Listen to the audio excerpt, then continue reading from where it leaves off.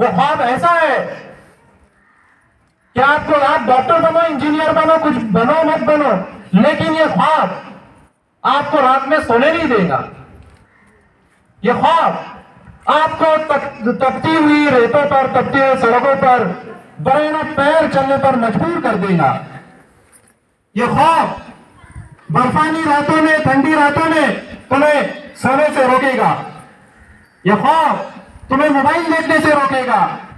ये ख्वाब तुम्हें बेजारगी से रोकेगा। वो क्या ख्वाब है?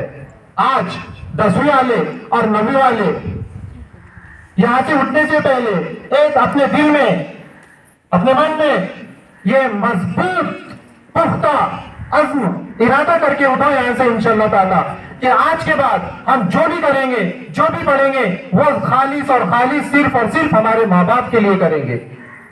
हमारा चलना होगा माँ बाप के लिए होगा, हमारा पढ़ना होगा माँ बाप के लिए होगा, हमारा सोना होगा माँ बाप के लिए होगा, हमारा खाना होगा माँ बाप के लिए होगा, हमारा हर काम करना होगा वो माँ बाप के लिए होगा।